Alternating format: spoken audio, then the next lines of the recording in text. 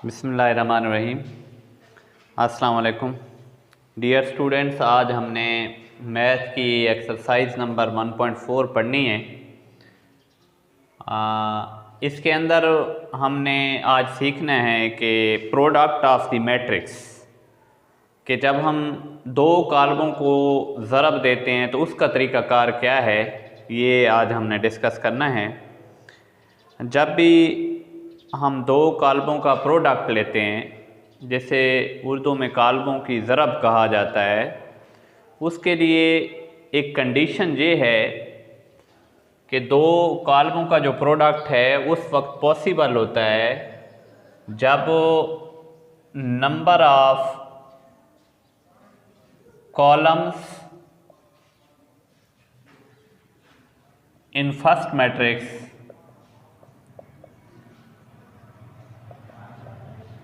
equal to number of rows in second matrix। दो कालमों की ज़रब जो है, दो कालमों का जो प्रोडक्ट है वो उस वक्त मुमकिन होता है जब पहले मैट्रिक्स के अंदर, पहले कालम के अंदर जितने कालम हों, पहले कालम के अंदर जितने कालम हों, दूसरे कालम के अंदर उतनी रोज़ हों, उतनी कतारें हों, तो दो कालमों की जो प्रोडक्ट है, जो ज़रब है, वो पॉसिबल होगी। इसकी एग्जांपल मैं देता हूँ। एक मेरे पास मैट्रिक्स है ए, इसके एंट्रीज हैं 2, 3, 4, 5, और इसी तरह मेरे पास एक मैट्रिक्स है बी, उसकी एंट्रीज हैं 3, 6। अब सबसे पहले हमें ये देखना है कि ये जो मैट्रिक्स है, आया कि इसका प्रोडक्ट जो है वो पॉसिबल है या नहीं है।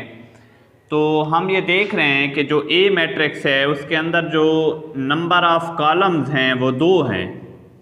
पहला कॉलम जो है वो 2 और 4 का है, दूसरा कॉलम जो है वो 3 और 5 का है। और इसी तरह जो दूसरा मैट्रिक्स है उसके अंदर जो नंबर ऑफ़ रोज़ हैं वो भी 2 हैं। तो जो पहला कॉलम है, जो पहला मैट्रिक्स है, उसके अंदर कॉलम 2 हैं। जो दूसरा मैट्रिक्स है, जो दूसरा कॉलम है, उसके अंदर रोज़ भी 2 हैं। इसलिए इन दो मैट्रिक्स की जो प्रोडक्ट है वो पॉसिबल है। यानी प्रोडक्ट पॉसिबल उस वक्त होगी जब पहले कॉलम के अंदर, पहले मैट्रिक्स के अंदर जितने कॉलम हों, दूसरे मैट्रिक्स के अंदर, दूसरे कॉलम के अंदर उतनी रोज़ हो, तो ज़रा पॉसिबल होगी। अब जो हमारा नेक्स्ट स्टेप ये है कि अगर प्रोडक्ट पॉसिबल है तो हमें दो मैट्रिक्स को ज़रब कैसे देनी है, दो मैट्रिक्स का प्रोडक्ट कैसे फाइंड करना है। तो सबसे पहले हम ए बी फाइंड करते हैं, ए और बी का प्रोडक्ट लेते हैं। क्योंकि ये ए बी है इसलिए हम ए की एंट्रीज जो हैं वो पहले लिखेंगे और बी की एंट्रीज जो हैं हम बाद में लिखेंगे। हमने ये देखा कि इसका जो प्रोडक्ट है वो पॉसिबल है क्योंकि ए के अंदर 2 कॉलम हैं और बी के अंदर 2 रोज़ हैं। तो अब हम इसका प्रोडक्ट लेते हैं। तो प्रोडक्ट लेने का तरीक़ाकार बड़ा सिंपल है कि पहला मैट्रिक्स जो है, जो पहला कॉलम है, उसकी रोज़ को दूसरे मैट्रिक्स के कॉलम के साथ हम मल्टीप्लाई करते हैं।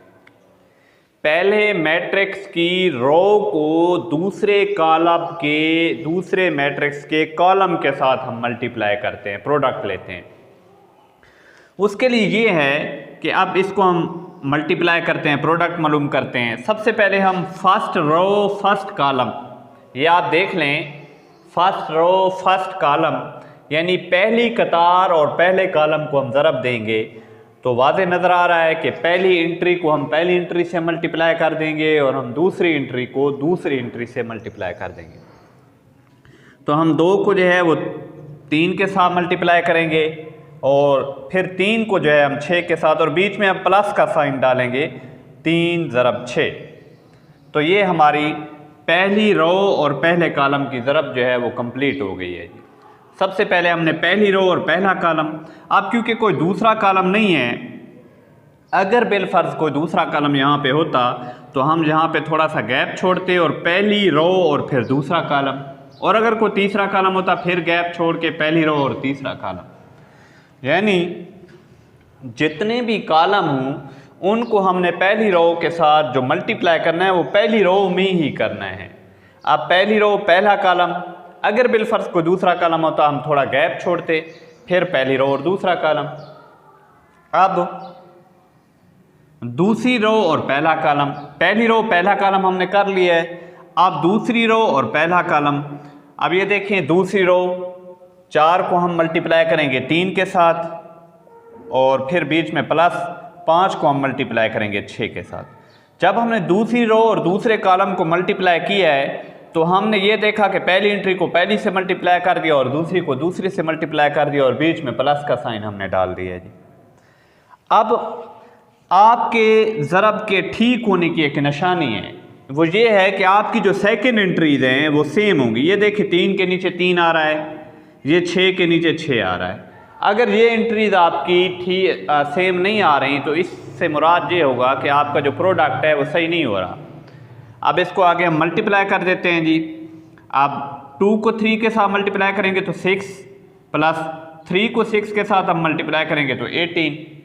इसी तरह हम 4 को 3 के साथ मल्टीप्लाई करेंगे तो 12, 6 को 5 के साथ हम मल्टीप्लाई करेंगे तो 30। तो ये हमारा ए बी का आंसर आ रहा है 18 प्लस 6 जो है वो 24, 30 प्लस 12 जो है वो 42। तो ये हमारा आंसर बन जाएगा। ये है दो मैट्रिक्स के प्रोडक्ट का तरीकाकार। अब इसी तरह जैसे हमने ए बी फाइंड किया है इसी तरह हम बी ए फाइंड करते हैं। क्योंकि अब ये बी ए है, इसमें हम बी की एंट्रीज को पहले लिखेंगे और ए की एंट्रीज जो हैं उसको बाद में लिखेंगे। सबसे पहले हम बी की एंट्रीज लिखते हैं 3 और 6, और इसके बाद हम ए की एंट्रीज लिखते हैं 2, 3, 4, 5। अब सबसे पहले हम ये देखते हैं कि आया कि इनका प्रोडक्ट पॉसिबल है या नहीं है। और प्रोडक्ट पॉसिबल के लिए हम देखते हैं कि पहले मैट्रिक्स के हम कॉलम को काउंट करते हैं और जो दूसरा मैट्रिक्स है उसकी हम रोज को काउंट करते हैं। तो जो पहला मैट्रिक्स है उसके अंदर कॉलम 1 है, लेकिन जो दूसरा मैट्रिक्स है उसके अंदर रोज जो है वो 2 है। क्योंकि कॉलम और रोज की तादाद जो है वो बराबर नहीं है, इसलिए इनका जो प्रोडक्ट है वो पॉसिबल नहीं है। हम लिख देंगे नॉट पॉसिबल। ये नॉट पॉसिबल इसलिए है क्योंकि ये जो प्रोडक्ट की जो शर्त है उस पर पूरा नहीं उतर रहा। प्रोडक्ट की शर्त ये है कि पहले मैट्रिक्स के अंदर जितने कॉलम हों दूसरे मैट्रिक्स के अंदर उतनी रो हों। तो हम ये देख रहे हैं कि पहले मैट्रिक्स के अंदर जो कॉलम है वो 1 है, लेकिन जो दूसरा मैट्रिक्स है उसके अंदर जो रोज हैं वो 2 हैं, इसलिए इसकी ज़रब पॉसिबल नहीं। हम एक और क्वेश्चन करते हैं, इससे जो मैट्रिक्स की जो प्रोडक्ट है वो आप पे वाजे हो जाएगी। मेरे पास ए की जो एंट्रीज हैं वो हैं 1, 2, 3, 4। इसी तरह मेरे पास जो बी है उसकी एंट्रीज हैं 4, 5, 6, 9। ये हमारे पास दो मैट्रिक्स हैं और इनका हमने प्रोडक्ट लेना है, इनको हमने मल्टीप्लाई करना है। तो हम ए बी जो है वो फाइंड करते हैं, यानी हम इन दोनों का प्रोडक्ट लेते हैं। सबसे पहले हम ए की एंट्रीज लिखेंगे 1, 2, 3, 4, और इसके बाद जो हम बी की एंट्रीज लिखेंगे 4, 5, 6, 9। अब सबसे पहले हम ये देखेंगे कि इनकी जो प्रोडक्ट है जो ज़रब है वो पॉसिबल है या नहीं है। तो हम ये देख रहे हैं कि जो पहला मैट्रिक्स है उसके अंदर कॉलम भी 2 हैं और जो दूसरा मैट्रिक्स है उसके अंदर रोज भी 2 है। पहले मैट्रिक्स के अंदर कॉलम 2, दूसरा जो मैट्रिक्स है उसके अंदर रोज भी 2, इसलिए इसका जो प्रोडक्ट है वो पॉसिबल है। आगे चलते हैं। अब हमारा अगला स्टेप जो है उसमें मैंने आपको पहले बताया है कि हम ज़रब ऐसे देते हैं कि हम रोज को कॉलम से मल्टीप्लाई करते हैं। अब पहले मैट्रिक्स के अंदर 2 रोज हैं और दूसरे मैट्रिक्स के अंदर 2 कॉलम हैं। तो अब हम ये देखते हैं कि सबसे पहले हम क्या करेंगे, फर्स्ट रो फर्स्ट कॉलम, पहली रो को पहले कॉलम से मल्टीप्लाई करेंगे। फिर फर्स्ट रो सेकंड कॉलम, पहली रो को दूसरे कॉलम से ज़रब करेंगे। फिर सेकंड रो फर्स्ट कॉलम, दूसरी रो को पहले कॉलम से मल्टीप्लाई करेंगे। फिर सेकंड रो सेकंड कॉलम। तो हम करते हैं, सबसे पहले फर्स्ट रो फर्स्ट कॉलम, ये देख लें आपके पास फर्स्ट रो फर्स्ट कॉलम। आप पहली रो को देखें और इधर से पहले कॉलम को देखें। इसके बाद जो है पहली एंट्री को पहली से मल्टीप्लाई कर दें और दूसरी एंट्री को दूसरी से मल्टीप्लाई कर दें। आप 1 को जो है वो 4 के साथ मल्टीप्लाई कर दें, 2 को जो है वो 6 के साथ मल्टीप्लाई कर दें, 1 मल्टीप्लाई 4, 2 मल्टीप्लाई 6, बीच में प्लस का साइन आ जाएगा। ये हमने फर्स्ट रो और फर्स्ट कॉलम को मल्टीप्लाई कर दिया है जी।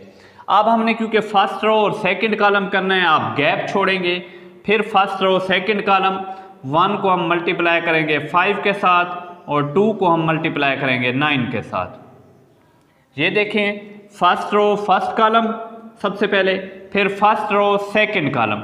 अब जो पहली रो है उसकी जो ज़रब है, उसकी जो प्रोडक्ट है वो कंप्लीट हो गई है, तो अब हम सेकंड रो को मल्टीप्लाई करते हैं।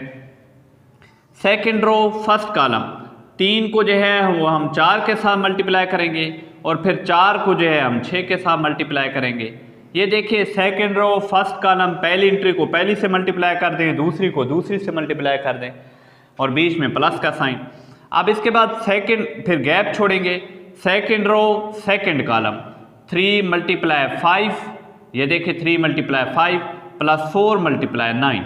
सेकंड रो सेकंड कॉलम में भी हमने वैसे किया, पहली एंट्री को पहली से मल्टीप्लाई कर दिया और दूसरी को दूसरी से।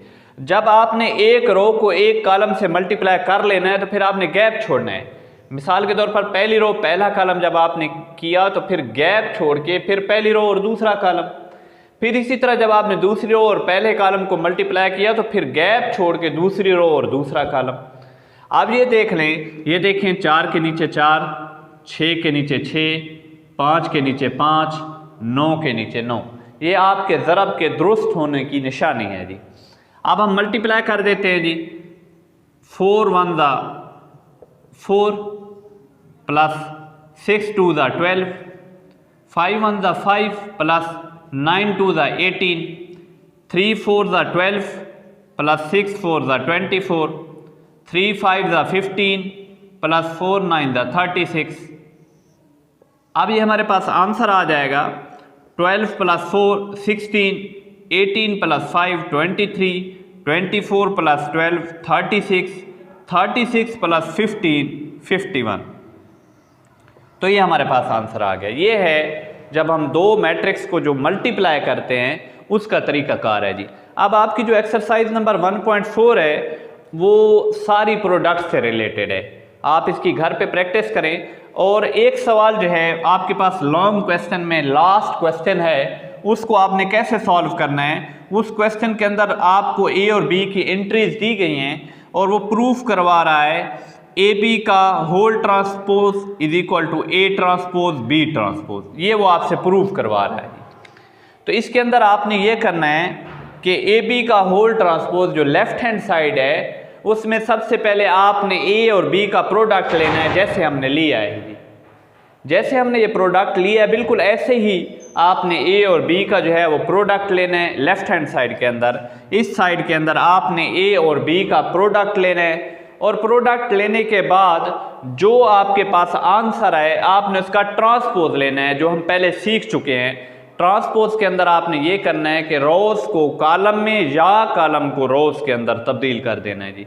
मैं बिलफर्ज आपको बता देता हूँ, अगर हमें इस मैट्रिक्स में ए बी का ट्रांसपोज लेना हो, इसी का ट्रांसपोज लेना हो, तो ये 16 और 23 की रो है, हम इसे कॉलम बना देंगे।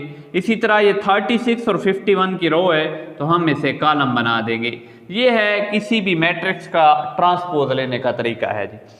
इसी तरह आप राइट हैंड साइड के अंदर जो है वो ए का ट्रांसपोज पहले अलहदा लेंगे, फिर बी का ट्रांसपोज अलहदा लेंगे, फिर दोनों आंसर रहेंगे उनको आप मल्टीप्लाई कर देंगे जी।